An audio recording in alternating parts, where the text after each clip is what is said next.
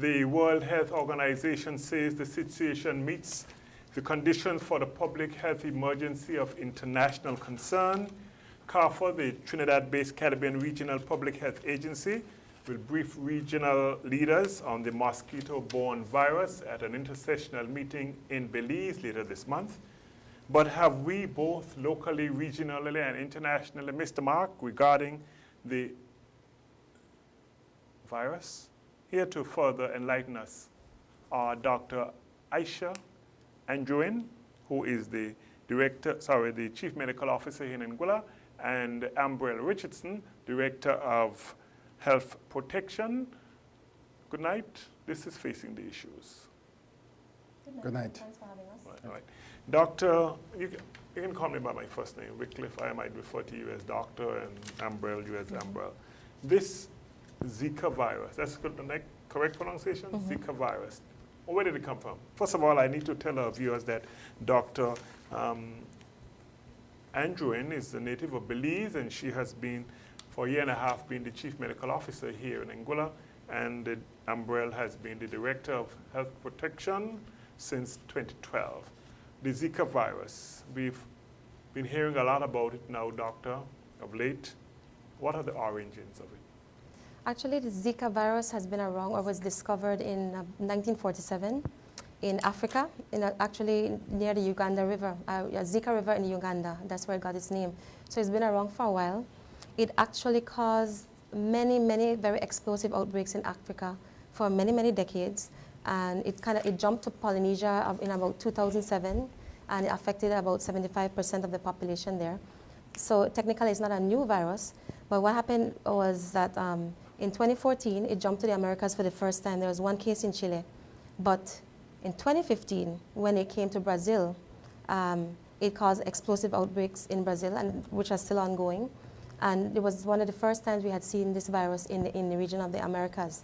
So since then, what has happened, we have seen a rapid spread of the virus through the Americas region, as you would have been noticing on the news. And the thing that has caught many people's attention, because what happened before, this virus was known as a very mild disease, no hospitalizations, very few hospitalizations and virtually no deaths. 4 in 5 persons would be asymptomatic. And of the 1 in 5 persons that were symptomatic, very few of them would end up in hospital. But what happened in the Brazilian population, for some reason, they started linking it and noticing concomitant or almost in a few months ensuing after the outbreak first started, babies born with head circumferences that were smaller than usual. And that was a neurological complication that was not expected. And in addition to that, a complication known as Guillain-Barré syndrome, where after an infection, the body starts attacking its own nerve cells. Now, that is not unique to Zika. You can get that complication with dengue and with a number of other infectious conditions.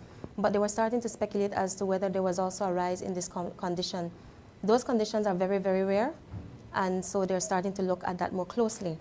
So it's a combination of things, the rapid spread in our region, and also this peculiarity that and I must stress that under investigation, there are more questions than answers in those particular areas. So the WHO has bumped it up to a public health event of international concern, not surprisingly. And what that means is it's basically a global, all hands on deck approach to fighting something that is spreading across international borders, that looks like it has the potential to place great strain on public health systems and infrastructure. So I must reiterate that it's about the size of the outbreak and the rapidity of the spread, but not necessarily the severity of the disease. Okay, the World Health Organization on Monday, a number of experts met, 18 of them, according to the report I have here, and looked in particularly at the strong association in time and place between the infection with the Zika virus and the rise of detected cases, as you indicated, of congenital malformations and neurological complications. Now, we've seen a lot on the television regarding most of what's happening in Belize, Brazil, not your country. And it's frightening, the things you see. It's something that parents have to live with, the size of the heads of their babies. And we are told that the Zika virus actually is spread or by someone getting bitten by the mosquito, which also causes dengue fever and chikungunya. We've had cases of the chikungunya and dengue in the Caribbean, and of course in small proportions here in Anguilla.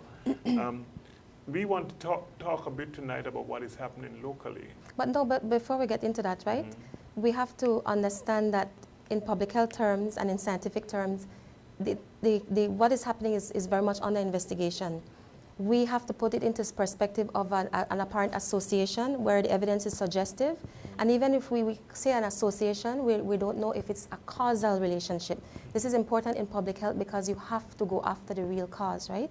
It is not to say that we're underestimating the problem or sweeping it under the rug, but there is a real role to properly investigate and elucidate just what is going on.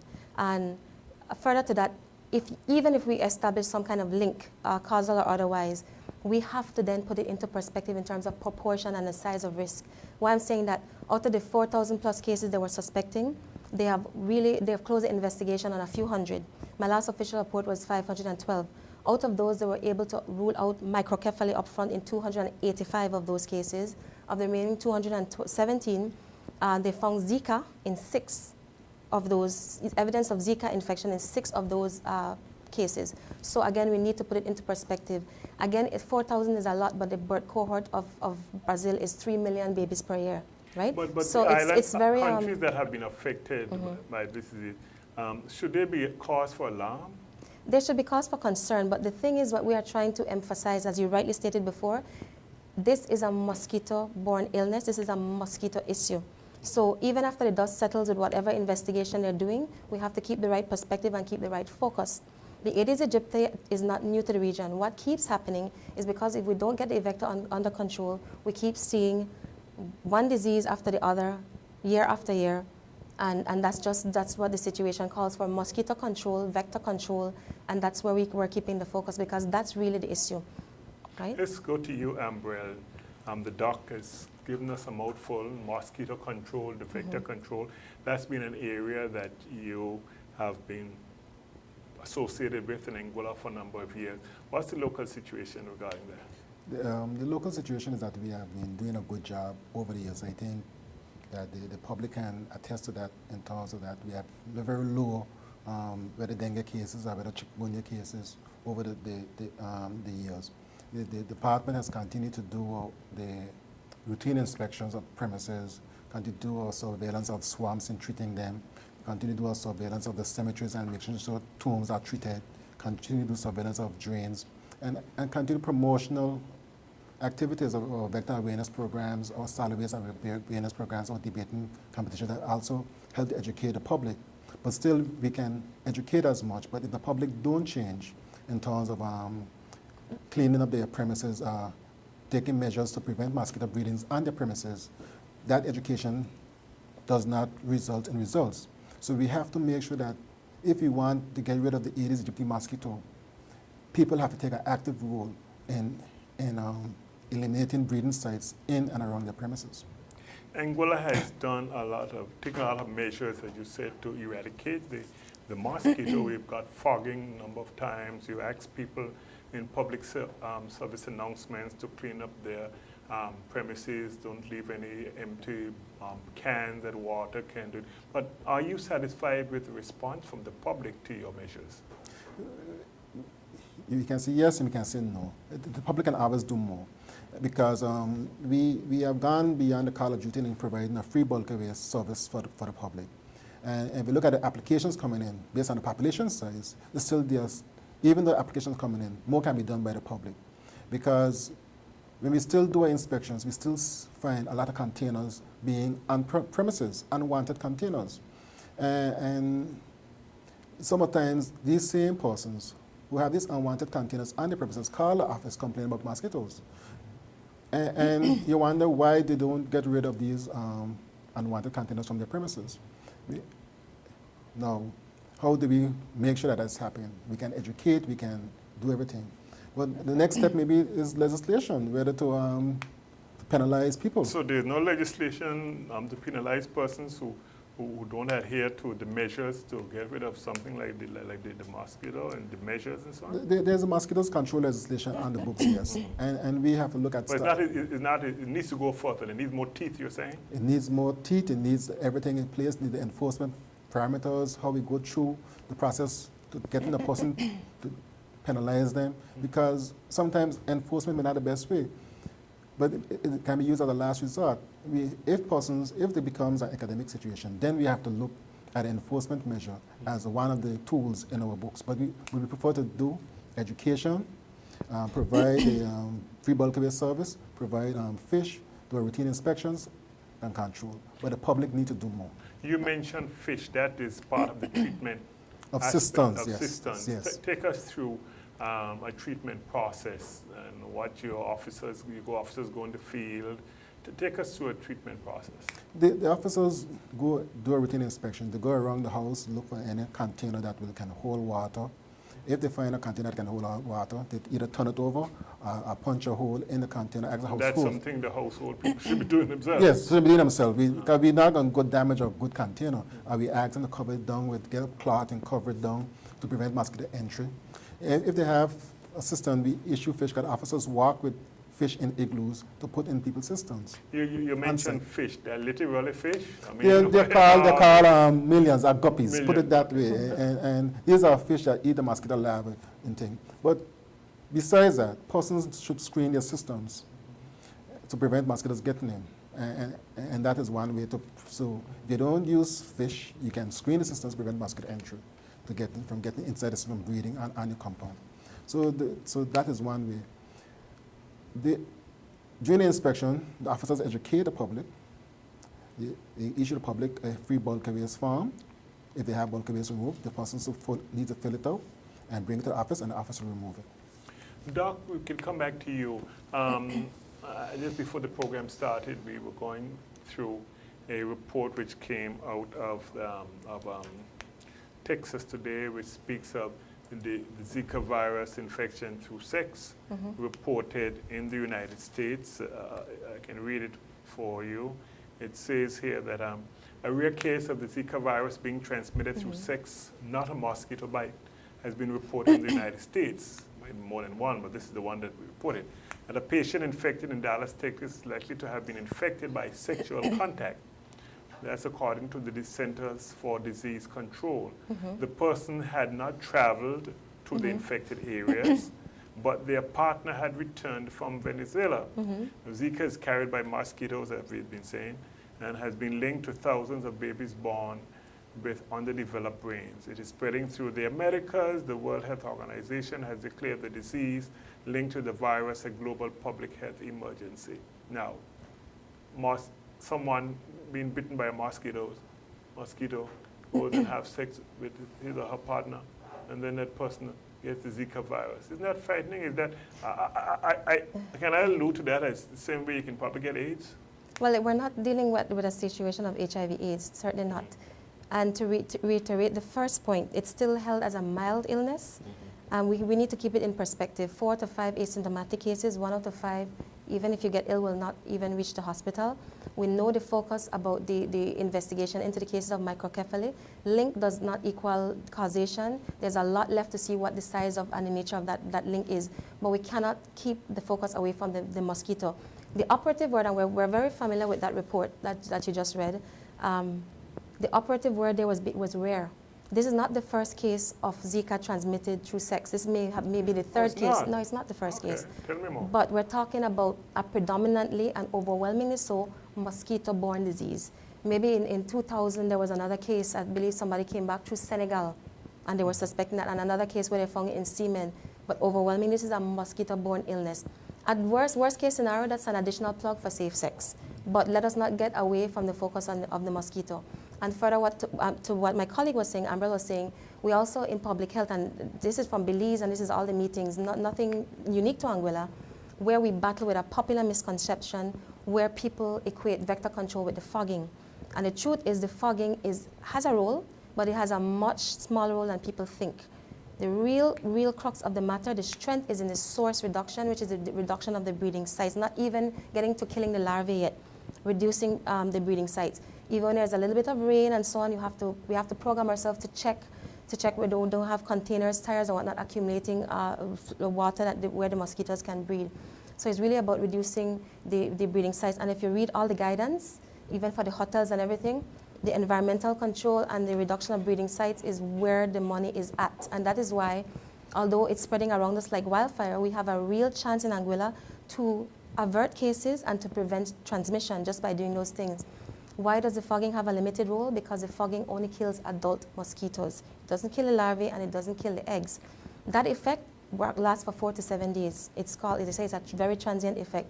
It has a role, unfortunately, when the mosquito population up, and unfortunately in outbreaks, when there's evidence of transmission, right? So we don't really want to get to that stage. What makes the fogging even more limited is the fact that over the years, with all the fogging we've done all across the world, we've developed resistance to a lot of the pesticides, the adulticides.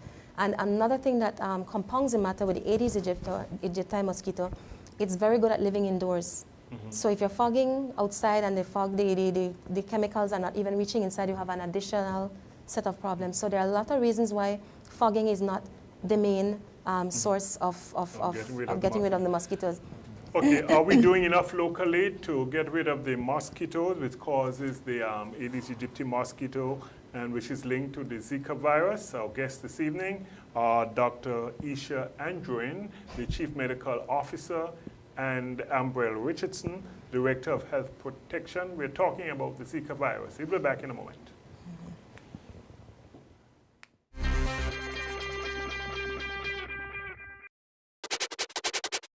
I'm tired of all the confusion, a different way to call everyone, so I say no way, just one flat red clean. That's the only resolution for me. That is why we have Line One Red. Anytime, any network. Live talk so great. Tell everyone about Line One Red. All across the nation, we talking with Line One Red.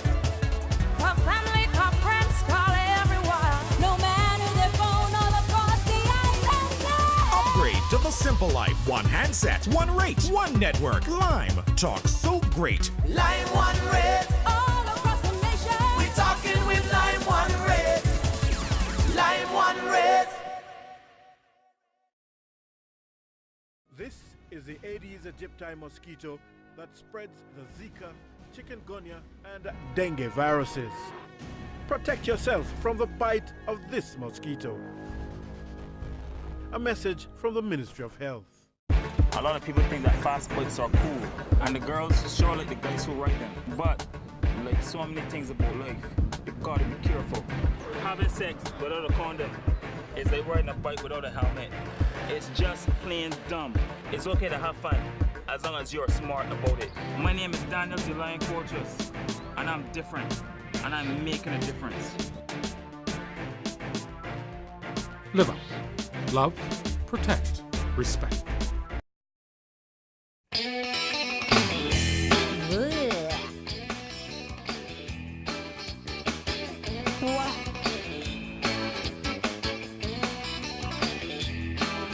The amount of salt you'll find in many prepared foods will shock you.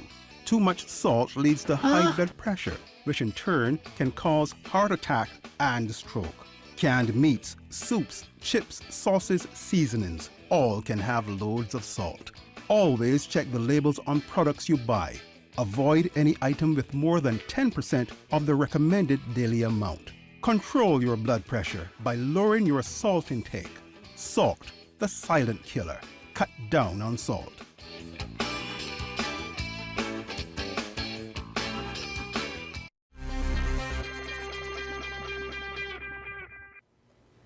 This is Facing the Issues. Our guests tonight are Dr. Aisha Andrew, who's the Chief Medical Officer, and Ambrell Richardson, who's the Director of Health Protection here in Anguilla. And we're focusing on the Zika virus, something we've been hearing quite a bit about in newspapers, reading newspapers, and on the television. Before we went to the break, the thought was given as to whether or not we're doing enough in Anguilla to help stop the spread of the mosquito, which causes Zika virus. Doctor? Yeah, so further to what Ambrell was mentioning, in terms of eliminating the potential breeding sites and the containers, it has to be something more systematic. CARFA is recommending once a week, and you can do simple measures like scrubbing the inside of your water containing vessels if you have to have reservoirs of water to make sure that the eggs don't stick on the edges and breed when they have contact with water. And it has to be something repeated. CARFA right now is suggesting once a week at least for 10 minutes. But for example, today there was a bit of rain, you have to keep checking it. And in addition to that, when you're going outside or when you're in your house, you have to also avoid being bitten by the mosquitoes. This is another level of avoiding disease transmission. So there are a couple of things we can be doing. In terms of objective evidence, is not where you just don't want to fog or you want to blame the public. We have data over the years. You look at different indices that are saying that the houses, the containers, and so on are potential breeding sites. You have what is called the house index. It looks at the proportion of houses you check that have larvae. That's way over 5%, way over the WHO recommendation. Not unique to Anguilla. Every meeting I've gone to, you've heard similar things. I've been in fora where you're discussing about mosquito-borne illness and you talk about avoiding mosquito bites. People have laughed, and it's been a genuine laugh, not a malicious laugh. But again, the culture change that has to take place to think that we must live with these mosquitoes, to think that getting bitten by a mosquito is inevitable. We have to stop thinking like that because it's going to affect everything, our health and eventually our economy. When you have all these warnings on the TV about not coming to the Caribbean and so on. So it does affect, but there's a lot more we could be doing, and not only, it cannot be a one-off. We live in the tropics, we have rain, we have mosquitoes, we have to do it systematically. We have to drum it into our heads until we get on top of the mosquito. Yes, in terms of that, you talk about screening. We need to put screens in the houses, structural changes in how we design our house. I think over the years, you see hardware stores have wide windows with screens in them. And this is one way to prevent mosquitoes being bitten or being entering the house. I think this process needs to be even for hotels, villas, householders, because when we have guests coming to Anguilla, we have to ensure that they are safe and they're not going to be exposed to mosquito bites. So they're not looking at drainage and sanitation at those properties, whether their pools are not standing still, whether the treatment plants. So we need to go beyond that in letting the guests know that our properties are mosquito free. I think we need to go on a program, probably with the Hotel and Tourist Association to say, all right, have a mosquito free hotel project that these villas and things that we guest hand, that they are inspected, they have some kind of checklist to say that we are doing everything to prevent mosquitoes on this property. I think once that message can be portrayed to the wider public, I think we can encourage people to come to Anguilla still. And from that standpoint, that you can come to Anguilla, you're not going to be bitten by mosquitoes, because we are doing everything possible to prevent mosquitoes bites, reducing the numbers too. Because we have all our promotional campaigns, we're doing our inspections, we're doing our checks at the ports, we're doing, making sure that international regulations are followed. Past planes coming to Anguilla, don't bring the mosquito here to Anguilla, and making sure that our vessels traveling to and fro don't bring any infected mosquitoes. Yeah, how often do you check the vessels though? Well, we don't really check them as that often. We check the ports. We don't really inspect vessels like that. But there's a program that we wish to implement. But there's a possibility that yes. vessels can bring yes, them off. This is what I just said. This comes on international health regulations, where we would have to check that planes come. I know one thing, you're flying from Anguilla to Montserrat, they will sometimes spray the plane. I think that we got to make sure that when planes come into Anguilla, that they are sprayed too when they come into Anguilla, because Anguilla presently doesn't have the ZIKA virus right now. How does an infected mosquito get to Anguilla? Are you sure of that? If I'm sure of that? That Anguilla doesn't have the ZIKA virus? Well, based on surveillance, I can say that. Doc, you want to further? Well, we have surveillance systems in place, not new to the virus. We do a combination of things. We have what we call weekly syndromic surveillance. And then we have laboratory confirmation of cases in general for diseases. What the weekly syndromic surveillance does is before you have a diagnosis, it picks up certain things. It picks up fever and cough. It picks up fever and neurological symptoms. It picks up rash and fever. It picks up people that come in. If you see a bunch of people with fever and gastroenteritis, loose stools, diarrhea. And in Anguilla, my impression has been that it's been quite sensitive. It picks up things. Every time there's a little jump, you have a small outbreak. Incidentally, right now, and you probably notice this on the ground, we had more people coming up with fever and cough. Like, it's flu season in the States. We haven't had an increase in admissions, thank God, but this is the time of year when you have more upper respiratory tract infections. But that's not linked to the virus? No. But I'm just giving an illustration of what we do with this syndromic surveillance. And so we do have our surveillance system in place. When you see something happening, you take your samples, you send your samples to CARFA and so on. This is how we've diagnosed influenza in the past, chikungunya in the past, dengue fever in the past. So. But in terms of the measures now that you want the members of the public to be aware of, the Ministry Department of Health, I'm sure, would have put together a number of measures regarding the Zika virus. You want to tell us about that? Well, I believe my colleague has been telling you at length. I mean, it's vector control. Well, apart from but it is the mosquito. That's what we have to get away from. We have to focus on the mosquito. These diseases are incidental to the mosquito. The measures for chikungunya and dengue are exactly the same for Zika because they are going after the Aedes aegypti. This is the culprit. We cannot get sidetracked by the disease. I guarantee you next year, if we don't get the vector under control, we'll have something else. Maybe something we can't pronounce or spell like chikungunya. So no, but seriously, you're telling our viewers that, okay, once you get the mosquito under control, most quite you don't have any problem. But when you hear tourists come to the islands, you hear the hotels must make sure that the over the bed has a net for the mosquitoes and that kind of thing. I'm gonna pick it up a little bit as we go along. I mean, what other measures? I mean, you mentioned about getting rid of the mosquitoes. The repellent, not getting bitten, getting rid of the mosquito. That's what we're saying. It's the mosquito that carries the disease. So there's but the mosquito carries the disease, yes. But I'm sure there are other measures that you want members of the public to be aware of. Vector control, I think we said it at length. I think one thing we plan to do, we have a source reduction campaign. We want to have a committee, we go around, clean up all the houses.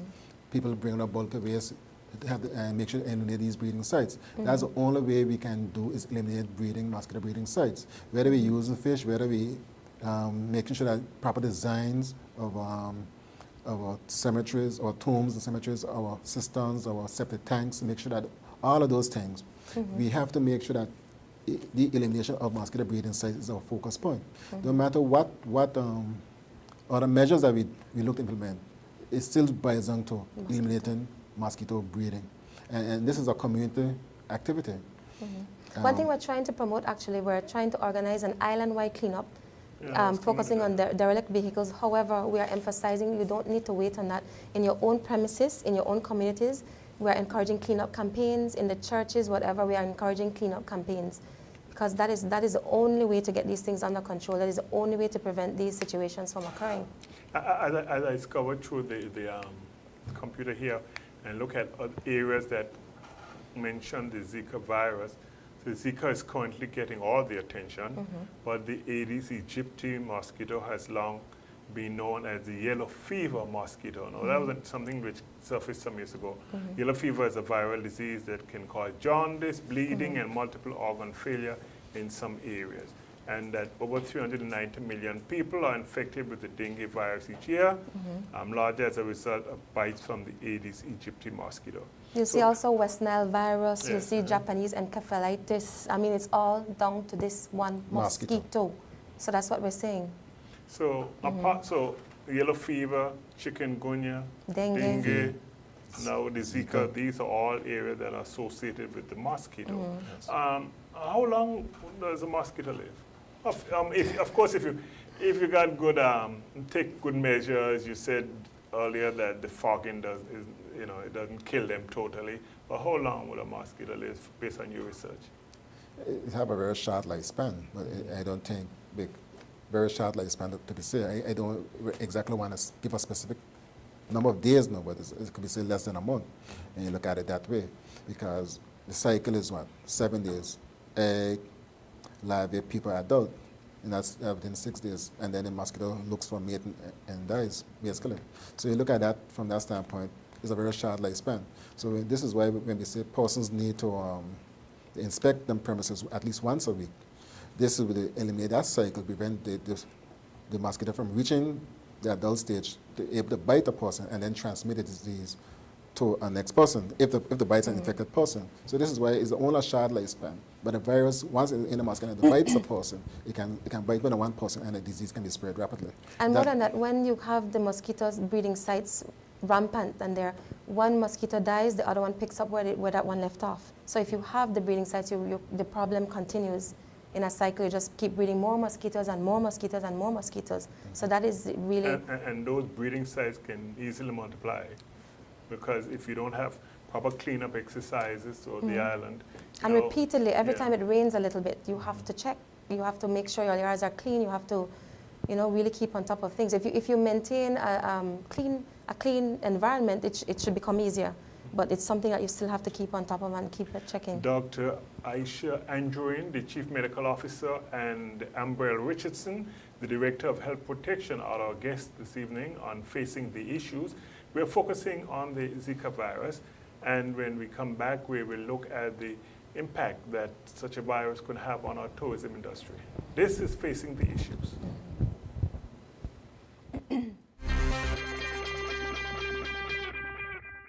So, I'm meeting Rico later. Gotta check in with the girls, but first, let me check my usage on the MyLime app. Now, what should I wear? Hashtag sexy. He's here.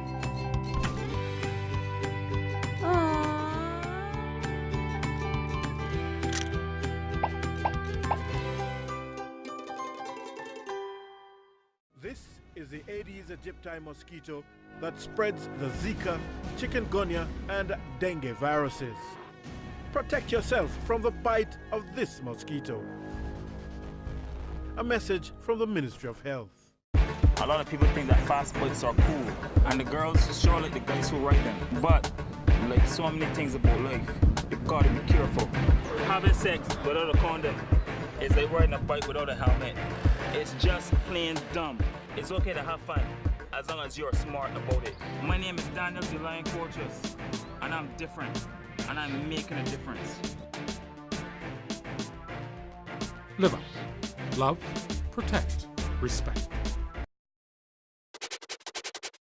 I'm tired of all the confusion, a different way to call everyone, so I say no way, just one flat red please. That's the only resolution for me. That is why we have Line 1 Red. Anytime, any network. Line Talk so great. Tell everyone about Line 1 Red. All across the nation, we talking with Line 1 Red. Call family, call friends, call everyone. No matter their phone all across the island. Upgrade to the simple life. One handset, one rate, one network. Lime. Talk so great. Line 1 Red. All across the nation, we talking with Line 1 Red. Line 1 Red. This is the Aedes aegypti mosquito that spreads the Zika, chikungunya, and dengue viruses. Search for its breeding sites and destroy them. A message from the Ministry of Health. Not at a time. 20% of our Caribbean teenagers get pregnant before age 19, interrupting their education and reducing their chances of earning a decent living. I wish somebody did talk to me.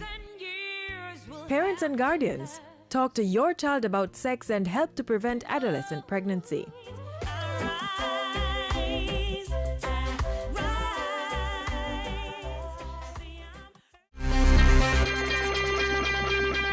This is Facing the Issues.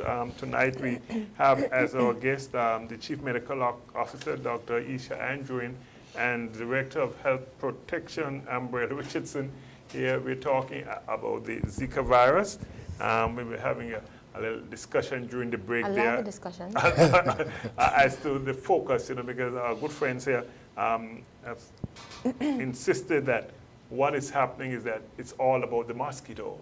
And getting rid of the mosquito. And once we get rid of the mosquito, they don't worry about the Zika virus. Well, we won't have to worry as much about the Zika virus. On our break, we spoke about, we were getting back now to the impact it is having on, could have on places like Anguilla, which is, tourism related. And according to a release by the CARICOM Secretariat, and the Caribbean Regional Public Health Agency, which will meet with regional leaders in Belize later this month.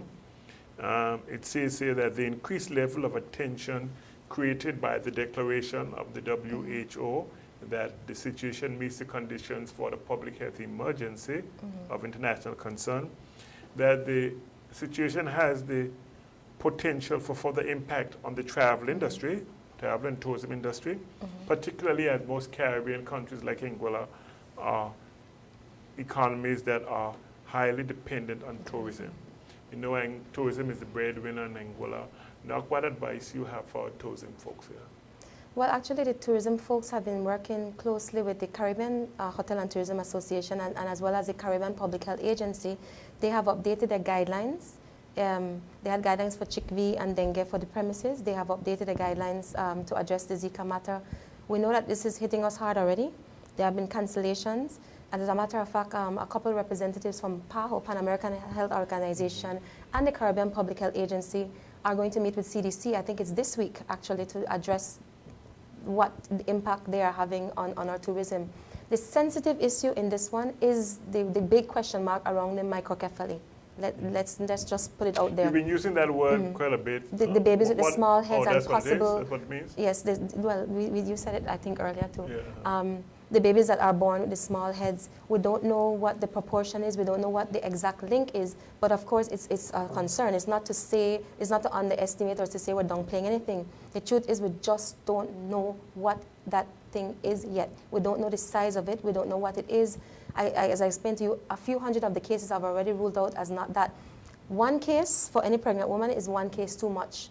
But I'm speaking like from a public health perspective and the risk perspective, we just don't know. All we know is that mosquito control is the way to prevent all these things. That's the only surety right now. Information might change, the investigation is undergoing. That is actually why, part of the reason why WHO called this emergency, because we want to get to the bottom of that as soon as possible. That means they're going to focus and put a lot of their expertise and resources in that, in surveillance, in the investigation of what is going on with the babies, and in vector control. So that was the reason for them to bump it up. So it's not to say people in public health are underestimating anything. So that's the thing. So unfortunately, yes, we're being hard hit. They said, just to give you a little example, last year, in the time of chickpea, I have to say, the message from CDC was, don't let mosquitoes ruin your trip. Now they're saying, okay, if you're pregnant, think twice, and blah, blah, blah. We understand the sensitivities around the issue, and it's unfortunately something we're dealing with. And CARFA and PAHO and so on are sending their experts to try to dialogue with CDC to try to kind of put things into a perspective and proportionate in terms of their warnings and so on. How effective that will be, I cannot say. I can only say as a public health individual working locally, if we don't have mosquitoes, we do not have any of these things to talk about. But we in Anguilla here, you know, we have access to cable television. A number of persons have dishes, and they can go around and ramble and any channel and pick up. And there's a lot of things, especially from the United States, the networks, that, and the things you're hearing about the Zika virus is painting a bleak picture. Not that we are in a position to say whether or not we need to heed what they're saying or not, because you're saying, and Ambrell is saying, once we focus on the mosquito and how we can get rid of that, that could help the situation a bit more. But the World Health Organization, in its communique after the meeting on Monday, also made mention of the lack of vaccines and rapid and reliable diagnostic tests, they say, and the absence of population immunity in newly affected countries. These were cited as further areas of concern. And that's why when you bump up a situation to a public health emergency of international concern, those are the kind of things they're going to spearhead and run behind quickly. Vaccine development, surveillance, investigating what's going on with the babies and so on. So that's their statement, that they are putting it to the highest priority, and they are going to coordinate or be the lead of a global effort to get to the bottom of this and to mediate and to mitigate this situation. So that's exactly what they're saying.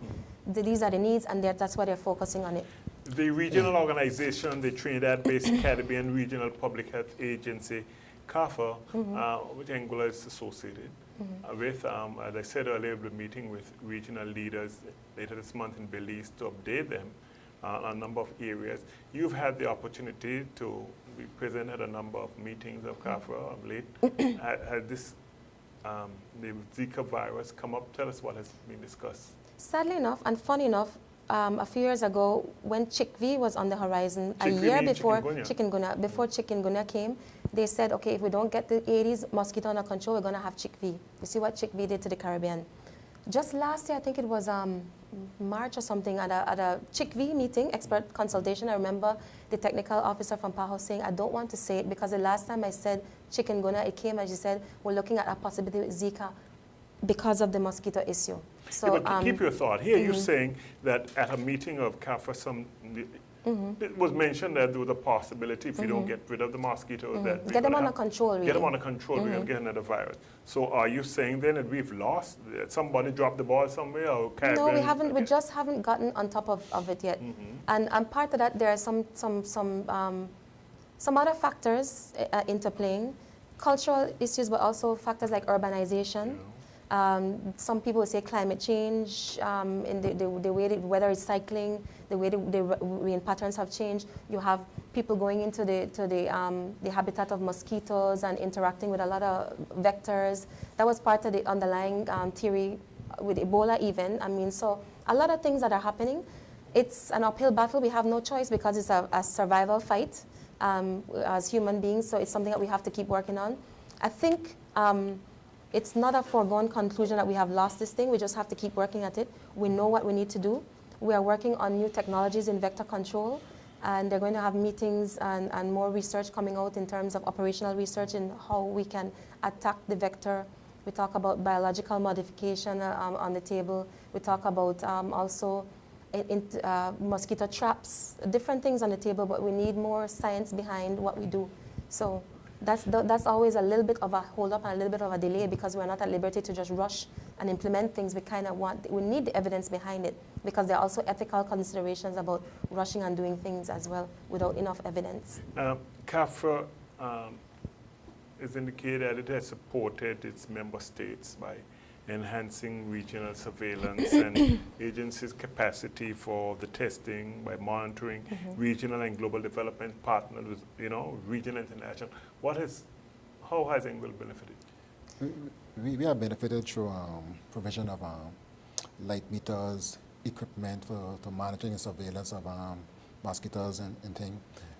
One thing CAFA is providing us, PAHO, through PAHO is providing us with GIS monitoring equipment. They can provide us with a laptop and GIS equipment and computers to make sure that we can identify where mosquitoes breeding points are throughout the islands. We have a GIS and say where places of high breeding, where people have bulk waste containers, where people have a lot of derelict vehicles and things. And then we can tackle those areas through community programs because one GIS we can know where are the hot spots be.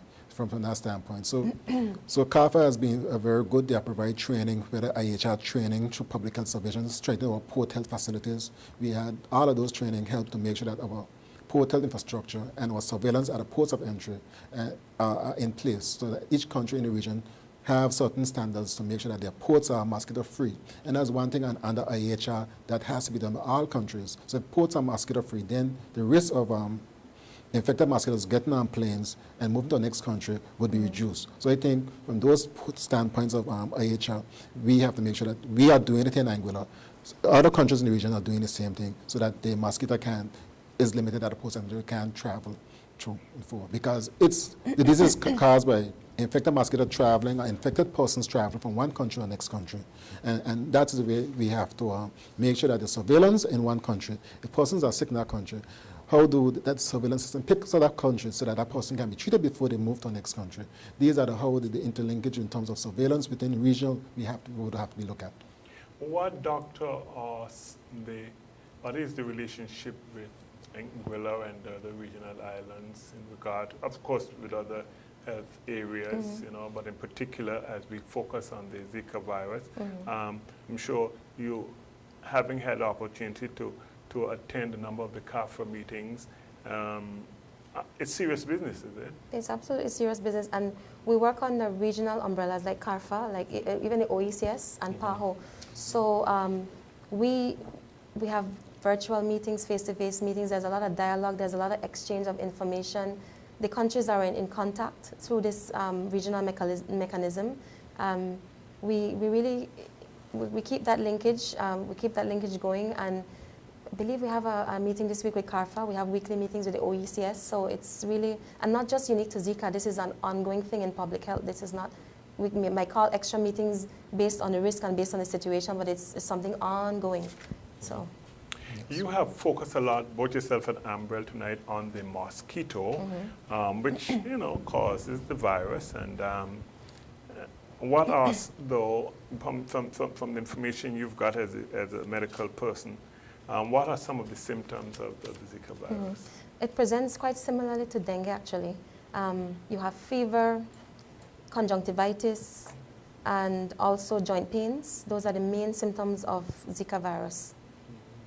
And Fever, a rash, joint yes. pain, red eyes. That's a conjunctivitis, sorry, the red eyes. Yeah, red conjunctivitis. Possible transmission from mother to baby during pregnancy, that can happen too? They're seeing evidence of that as yes. And based on the information I'm seeing here, infected mosquitoes, they say bites another person and transmits the virus. Well, that's the mosquito-borne transmission, yes. Zika can be transmitted through blood. Yes. But this is an infrequent because with blood donation you screen. Anybody that would have a fever. And so I have a feeling it might change the test that you do for screening. You're going to have to change the algorithms because you test for routine things in blood before blood donation, but that's not going to be a frequent mode of transmission just because there's a lot of screening done before you can donate blood. And the information I'm looking at here, this probably was written here before we know about the sexual case in the state. They knew about it. See, the virus has also been isolated in semen. And there was at least one case identified that was sexual transmission way back, you know. Tell us, elaborate, Ambrell, a bit more on both the male and female mosquitoes feed off plant nectar. However, the females need a blood meal in order to produce eggs.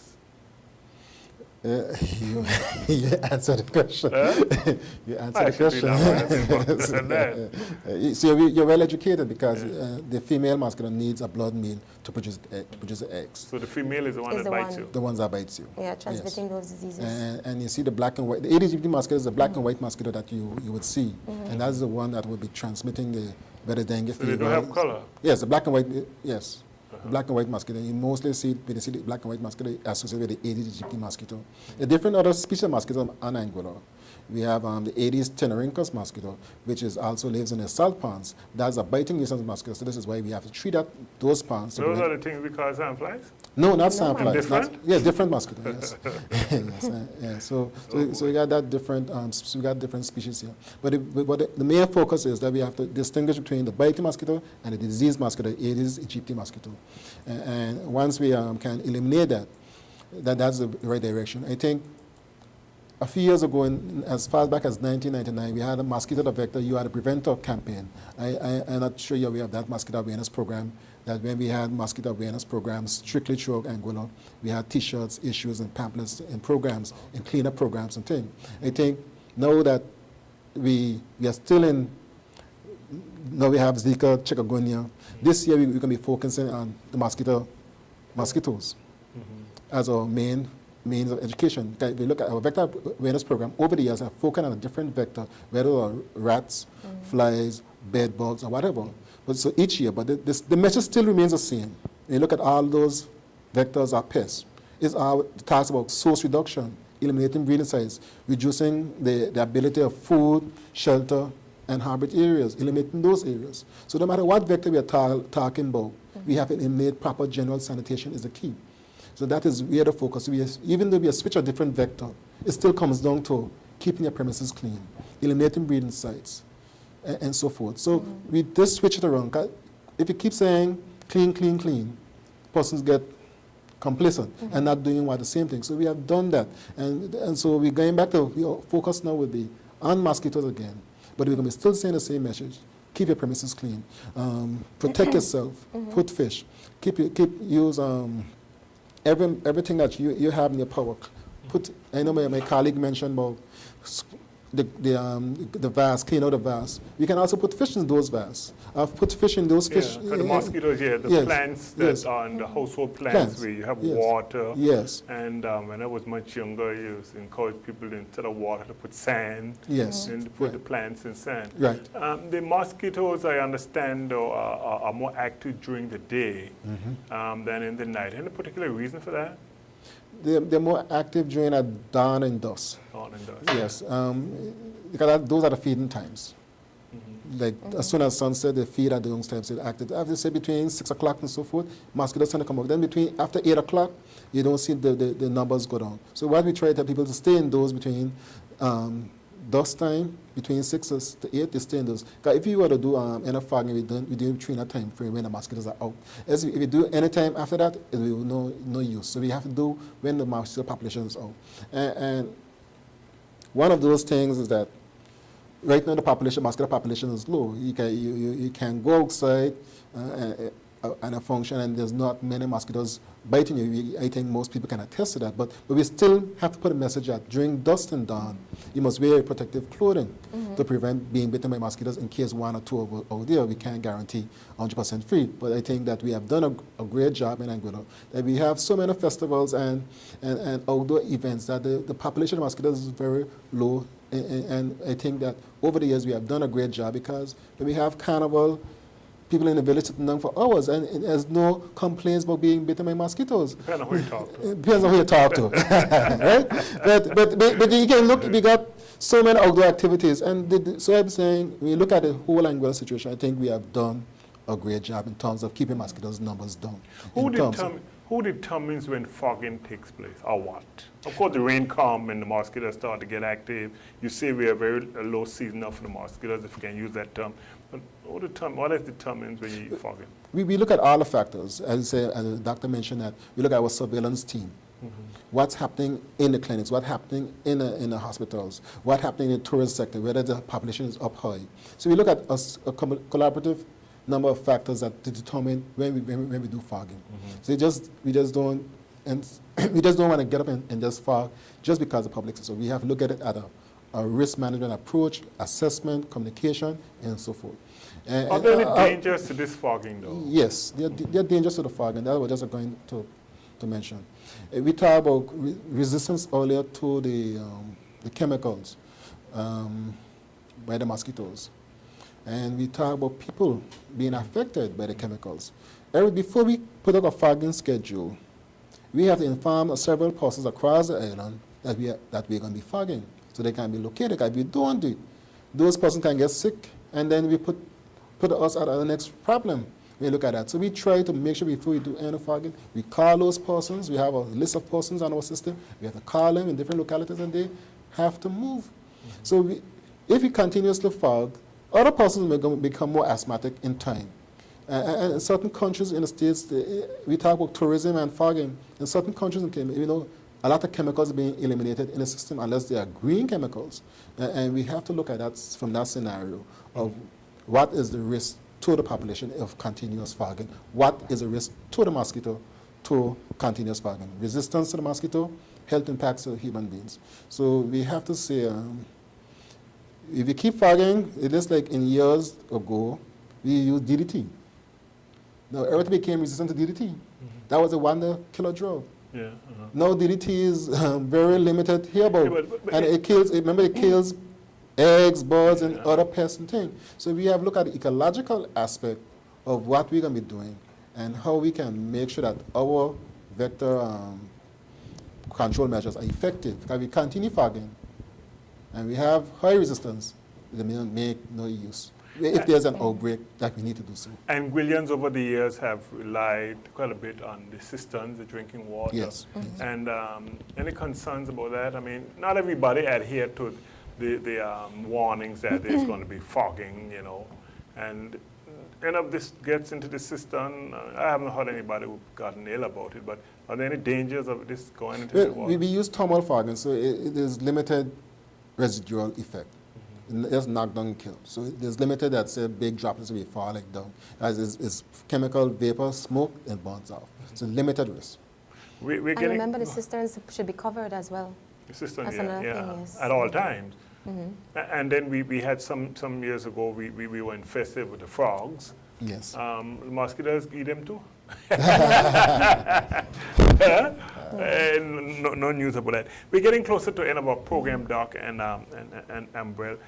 And as we talk a lot about the Zika virus, and we focus a lot on, your message tonight has been a lot on trying to get rid of the mosquito. And in a nutshell, you're saying if we can eliminate the mosquito, we wouldn't have problems, these problems.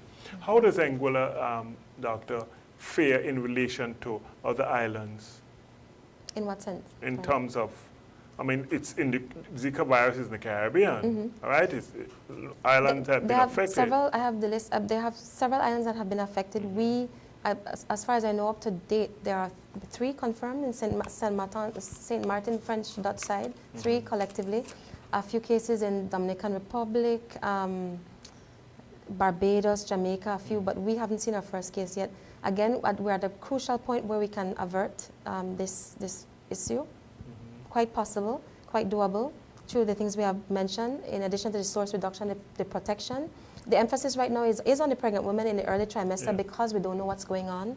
But even in addition to the pregnant women protecting themselves, the general public, because remember this mosquito transmits dengue, chickpea, everything. So source reduction, control the breeding sites, and then protect yourself. But a woman getting pregnant at this time in her life might be someone who've tried for a number of years to get pregnant, you know, and it's cause for concern for that person. Protect yourself. I mean, eliminate breeding sites, source reduction, as we keep You're saying. already pregnant. And then, no, but then again, it's it's seeming to be whatever is happening because of how the brain develops when you're a fetus, when you're developing in the womb. It's so the first can doctors detect whether or months. not the child is going Too late. Too late in the pregnancy. And then and then what? So let's just avoid all what if you detect that before the baby is born, what is the next step? So we really do not want to go into that situation. We're looking at pregnant women, first trimester, that's the first 12 weeks or so, because that's when the brain is developing. And there are more questions right now than answers. But that's the advice, in addition to the general public, to protect themselves and to eliminate the breeding sites. And how is the Department of Environment, what's the next step now? What's the next step for you all? Any programs you will come up in addition to, of course, trying to inform the public? Any other programs you've got on the books? Well, we have issue of skip, mosquito, the vector you are the preventer. I think that we're going to be pushing that message, talking about keeping our environment clean, at least related to beaches and things. We want to still in trying to make people organize cleanup campaigns. I think that would be the message. That would be good. That would be the message that we were pushing. I think all we have been doing is keep our alert active and keep our heightened alert so that we can respond and be making sure that persons are doing the active surveillance themselves. Because even this building here that we are in, who walks around this premises to see whether there's mosquito breeding on this premises? You know what I'm saying? What happened to the commercial businesses that have business? Who inspects them? Yes, the department goes around and inspect them, but who is responsible for their upkeep and maintenance? I think we have to look at that thing, whether not only internal upkeep and maintenance of buildings, what's about the external maintenance and upkeep of buildings? And that is something that everybody comes into a building and sits down and doesn't know what's happening on the outside, but they will call our office and say, we have mosquito breeding.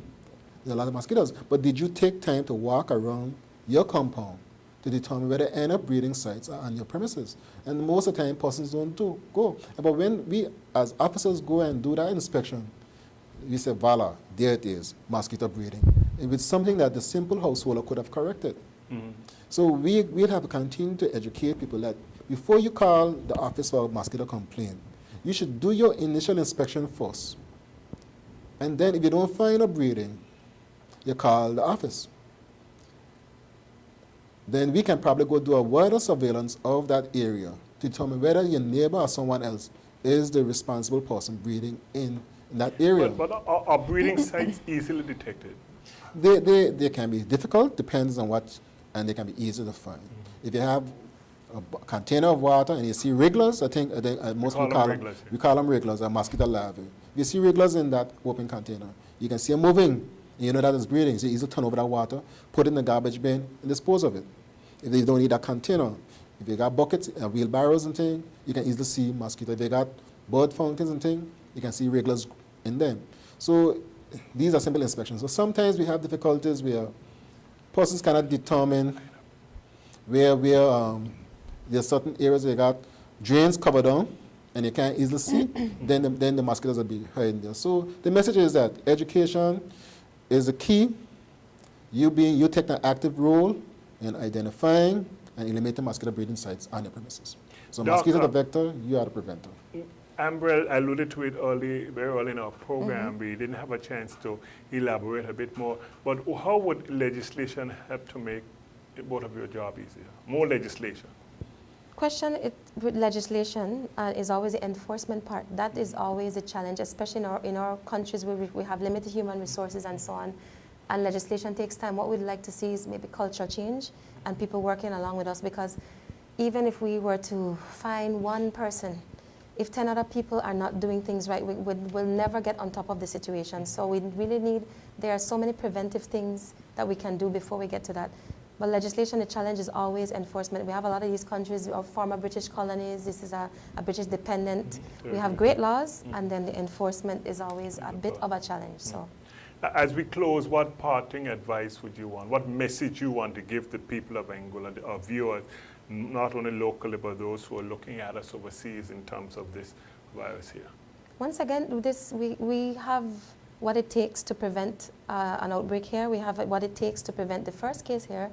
We need to look at the sources of the mosquito to reduce them. We need to prevent ourselves from getting bitten, particularly pregnant women at this time until proven otherwise, in the early stages of pregnancy. And we need to do our parts in our own, in our yards and so on, and as communities to fight this mosquito. Ambrell? I concur with my colleague that we have to work together as a team to eliminate mosquito breeding sites. We alone can't do it. We need the involvement of everybody in the community to do their active role in eliminating breeding sites. We do our best education, and we will provide the services to assist the public. So, Dr. Aisha Anjurin, who is the Chief Medical Officer here in Anguilla, and Ambrell Richardson, the Director of Health Protection, have been the guests on this evening's program of Facing the Issue. Our focus has been on the Zika virus, and I hope you enjoyed what we were able to bring to you as we look forward to ensuring that members of the public adhere to all the measures that have been taken in Anguilla to eliminate the Aedes aegypti mosquito, which causes the Zika virus, and the members of the Health Department, both from the Ministry and Department of Health, are hoping that members of the public will partner with them in ensuring that they cooperate in all measures to get rid of the Aedes aegypti mosquito, which causes the Zika virus. This has been another edition of Facing the Issues. Next week, our guests will be two officials from the Caribbean Examinations Council. So we look forward to you joining us next week. Good night.